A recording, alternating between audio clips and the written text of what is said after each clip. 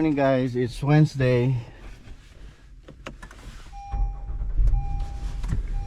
I'm taking Alea to the doctor for a checkup because she's not feeling well.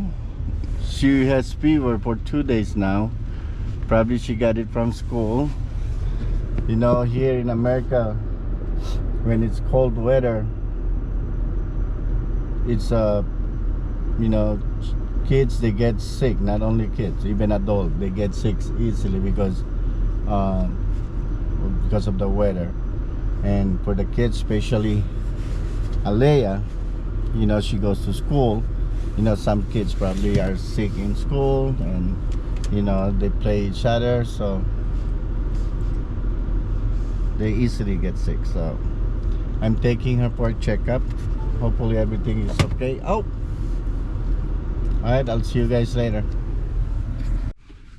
Okay, we're back. So checkup is done for Alea. Negative for strep throat, negative for flu. They check her for COVID, but we don't have the result yet. So they just gave her antibiotic because it said there's some redness on the throat. So for 5 days antibiotic, and then she can go back to school on Monday. So far it's good. She still have a low grade temp, 100. So hopefully that antibiotic will help her for another 5 more days, because she was just on antibiotic. Katatapos na niya yung antibiotic niya for 10 days, pero yung fever nandiyan pa rin. Ang tagal lang kasi dito.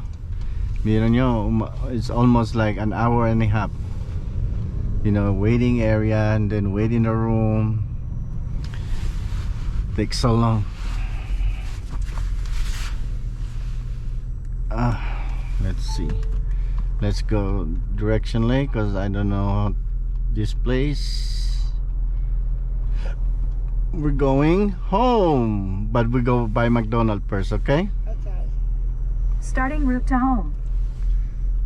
Head northwest on 10th Street West. Then take the first right onto Meadowlands Parkway. Can I turn right now? No, we're going. We're going home, but we're gonna pass by McDonald's, okay? We're going. We're going home. No! Why? I don't want Stay in the left 2 What? lanes. I don't want that. Yeah, we're going to McDonald's. Okay? In half a mile, turn right to merge onto Route 3 west toward New Jersey Turnpike.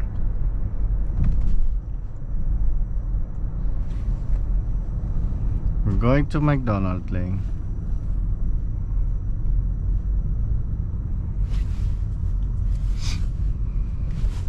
You okay? Yeah.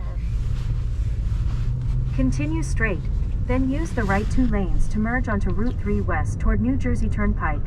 Okay, Route 3 West.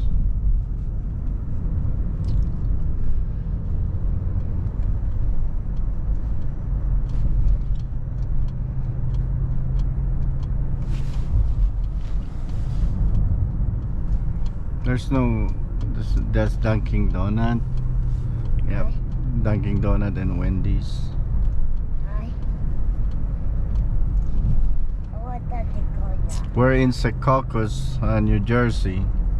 Dito Use the yung right 2 lanes to merge onto Route 3 west. dito toward New yung Jersey Turnpike. clinic na, kasi yung clinic malapit sa amin walang available. I think they're open. That clinic is closing. And ito din, magkandin sila, ano ba yan, close din tong clinic na to. They moved somewhere else. I don't know what's going on. Oh, look at the truck. I want to be a truck driver. Oh, shout out to Pinoy Trucker. I always watch Pinoy Trucker. I hope someday I will get a chance to meet Pinoy Trucker. Okay. Wala akong makita McDonald dito, so tingin ko doon na lang sa amin. Oh, grabe tong truck na to ah.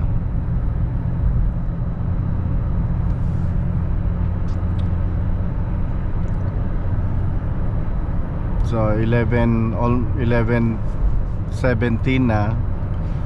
So may pasok ako mamaya. So yatid ko muna patapos sa McDonald, yatid ko muna si Leia sa bahay, and then pick upin ko yung gamot niya.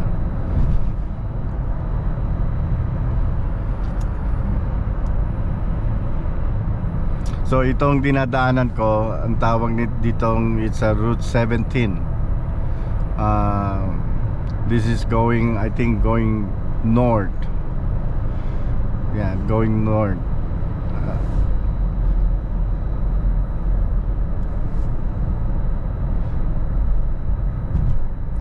Okay, we're here.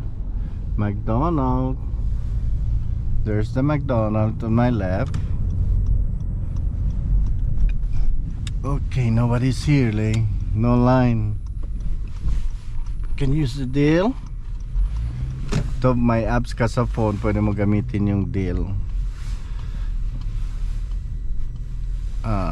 Okay.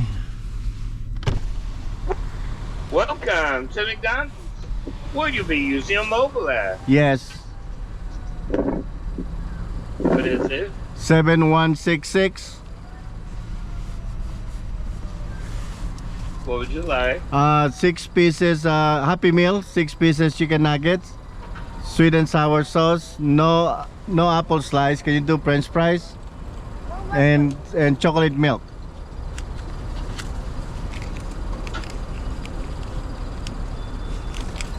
Anything else? That's it. $4.57. Alright, thank you. You welcome. Siguro naman ngayon alam nyo na si Alea, anong favorite niya, anong palaging in-order ko sa McDonald's para sa kanya. Palagi na lang Happy Meal, chocolate milk. Right, Lay?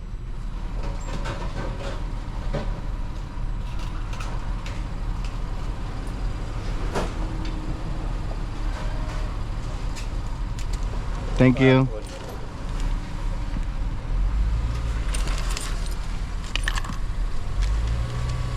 Lagi na lang Happy Meal, chocolate milk.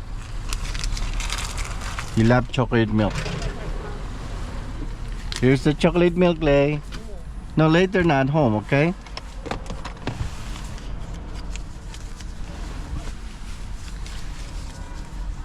You eat that at home.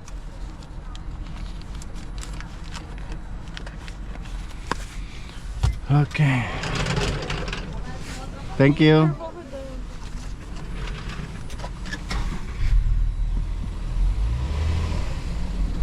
Alright, now let's go home. Ito sa right side, nakikita nyo, ito yung malaking hospital dito, Hackensack Meridian Health. So dito tayo dadaan kasi matraffic doon. Si itong bagong building nila, napaganda hospital dito sa Hackensack. Ito sa right, ito yung parking garage nila, and ito yung bagong building nila. Diba? Tapos continue pa yan hanggang dito sa kabila. Ito sa kanila pa rin to, pero ito cancer center to.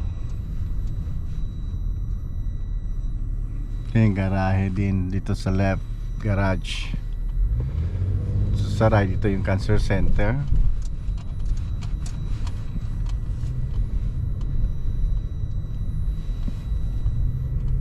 Malapit lang kami dito.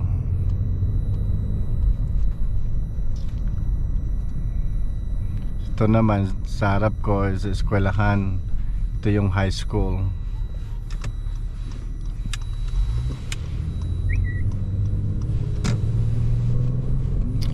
Okay. Doon tayo, nag-shortcut lang tayo doon. para bawas sa traffic light.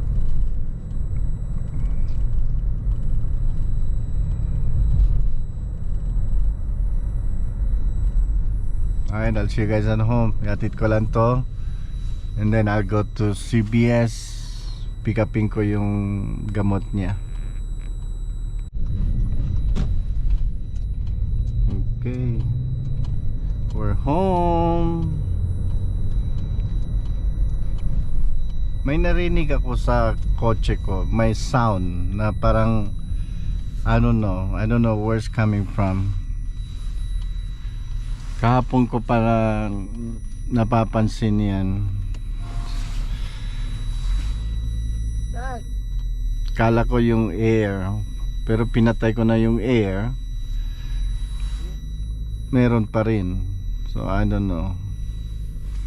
Yan, I'm gonna check. Dad. Narinig nyo ba?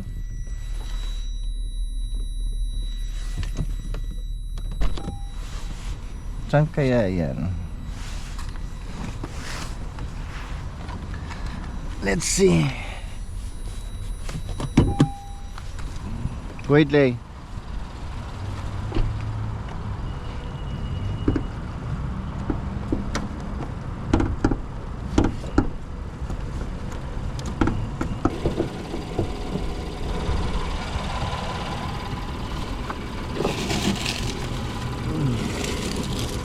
Wala naman dito.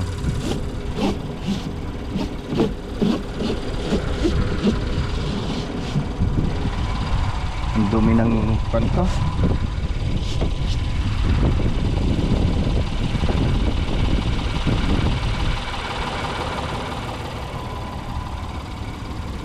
Na naman.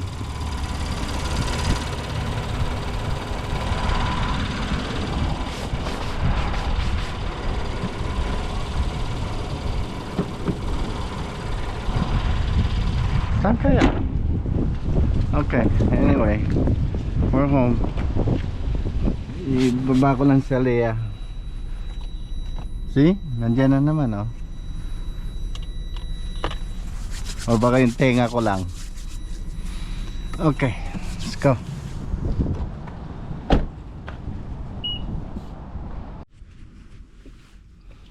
Okay guys, tara. Ito tayo CBS sa pharmacy, pick upin yung gamot ni Alea, and then kalimutan ko, bibili pala ako ng tubig. Wala na kaming tubig yung para sa water dispenser namin. Ang alkaline tubig kasi yun ang binibili ko, alkaline. Alright, punta tayo ng CBS.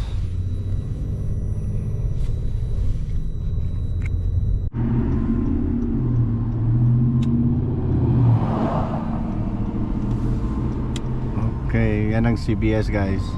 Diyan tayo pupunta.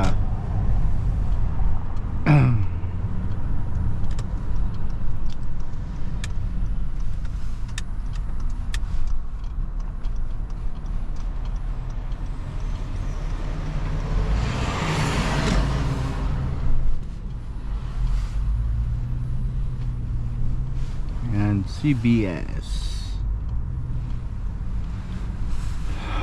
Dito na tayo mag-park sa handicap.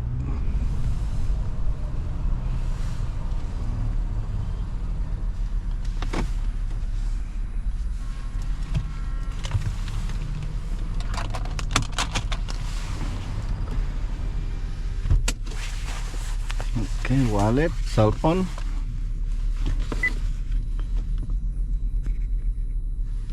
Okay, tara.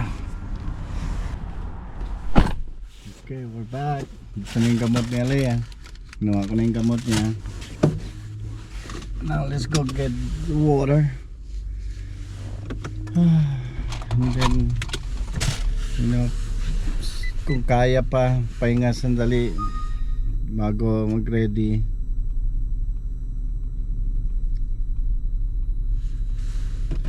Para sa work.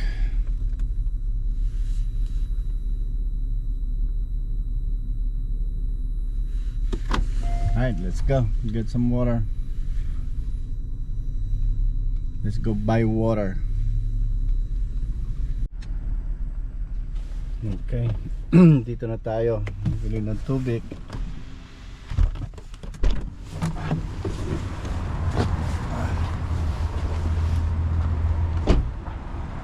Yan o. Yan ako bumibili ng tubig. Sa NSU Water Depot. 2 galon lang.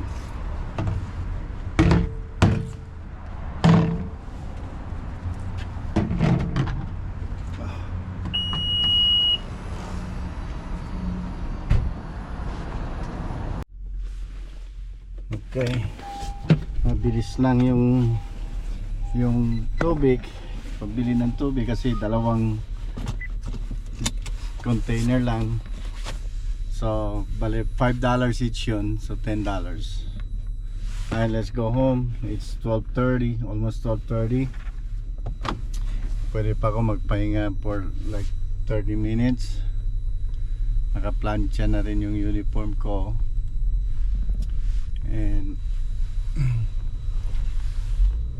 mamaya mga 2 o'clock alis ako, sunduin si Allison sa school and then go to work.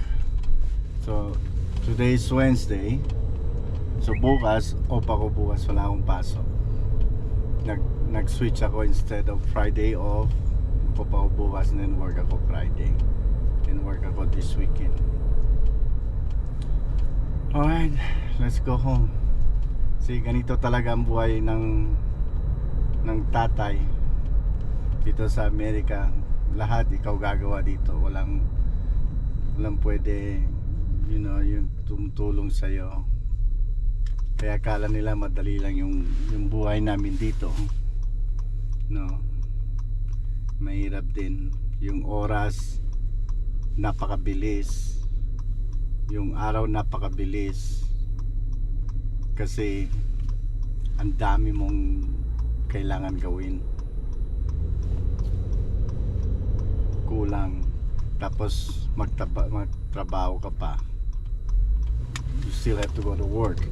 So for example ngayon yung anak ko may sakit pero papasok pa rin ako sa work. So hindi pwede yung hindi ka papasok sa work. You know mo, sarili mo anak hindi ko maalagaan kahit may sakit siya.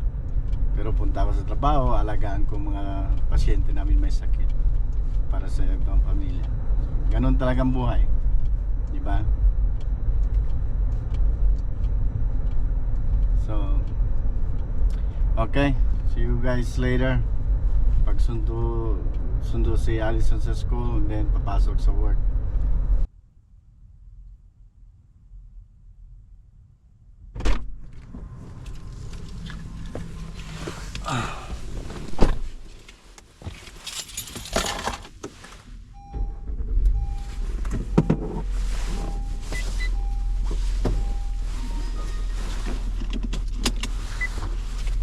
Okay, let's go to work. No, not work. Let's pick up Allison first, and then we go to work. Hi. Hi. How are you? Good. How's your school today? Good. Okay. I'll take you home.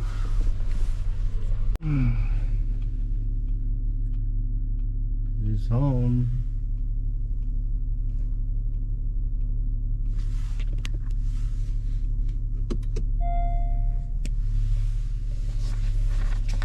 Time for me to go to work.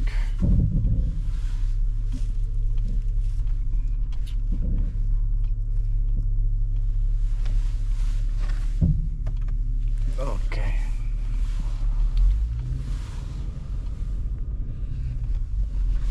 Look at the weather outside. It's only like almost 3 o'clock.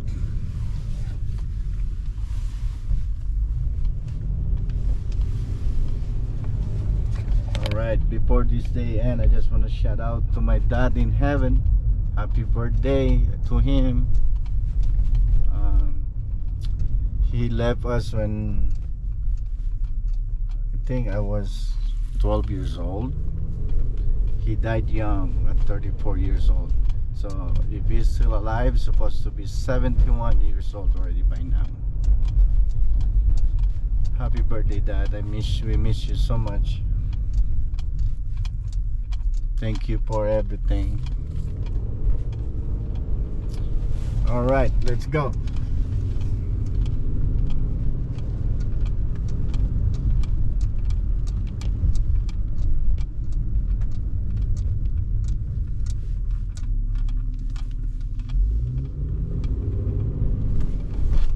I'll see you guys later. All right, we're home. Tapos na yung Wednesday. I have 3 admission today, 3 new patient. Pero okay lang. Nakauwi din tayo ng maaga. So again, thank you for watching. Hanggang dito na lang.